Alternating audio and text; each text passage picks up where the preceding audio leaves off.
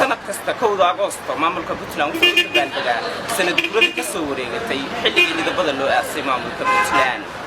مقالة تني قال كعية تقبل حكم التحي مقالوا ينكسر كان لو ديار قروميو وده بلدها كودا أغسطس هذا مرة أنت في وعد كبرك أفريقيا لا هذا أي دليل تسلم ودقين هذا بواقوان دليل يرد كل خل مقالة قال كعية وسهر سراء سعودية الجنوبية السنة كل ذيك السوري هي أساس بوتلان في وعد كبرك أفريقيا ينقل سوري ومقعد بسم الله الرحمن الرحيم أولا مقعد وعد غنسي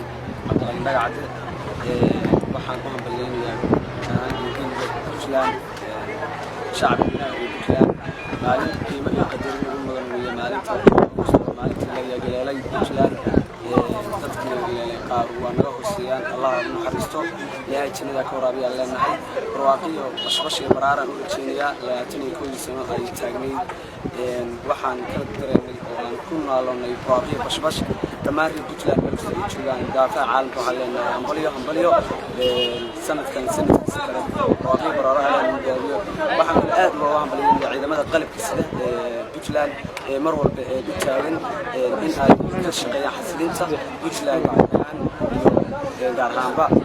تمام وحنا ليا مرة بعد مرة صدحات ومالين جروب تيجي كوي كود أغسطس waxaan dhalinyarada Puntland meel kasta joogan ka codsanayaa in loo soo banaan baxo oo tamashlaha iyo bashbash iyo baraaradaas la qaato kooda August waa maalin ku weyn Puntland marka waxaan leeyahay mar labaad iyo mar saddexaad hambaliyo Puntland qoyla sanay qiimaysay iyo waddanka Soomaaliya burburku markuu dhacay kadib waxay u horreeyay maamul goboleed la aasaaso ee Soomaaliyeed waxay ahayd Puntland sida mar walba dhigeen ku soo dhacaan hooyada Soomaaliyeed inay tahay aniga kula hadlaya waxaan ku dhashay Puntland waxaan ku barbaaray Puntland marka aan dhalanayay dawladda dhexe waxa ma arag ayada ayaan ku barbaaray waxna ku bartay ilaahay dugsi sare ooga baxay intaasna waxaan arkayay ayadoo la leeyahay dawladdu waa burbursan tahay ma arag wax caqabad ah oo iga dhigay ayadoo jira micnihii kaabayaasha iyo arrimaha bulshada ayadoo aad u hooseyso laakiin si heerkii la rabay dawladnimada aan la gaarin laakiin si waxyaalo badan ayay naga kaafisay Puntland kaafiya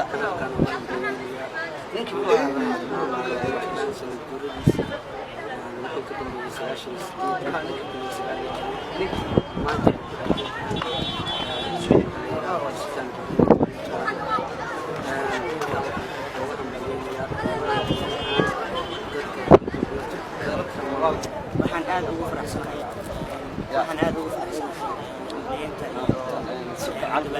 كود أغسطس مالتي مامل دولة Puntland ومامل كلي كتير بيجي Soomaaliya ومامل كود عمل بدن وأنا فرح وأنا قيمة بدن هذا يعني فرحان haddaba kama maqnaa dhanka dumarka oo ayagana si qurux badan ugu soo labisay caruurtooda calanka astaanta u ah maamulka Puntland haddaba waa kuwan gabdhihii aan kula kulmay goobtani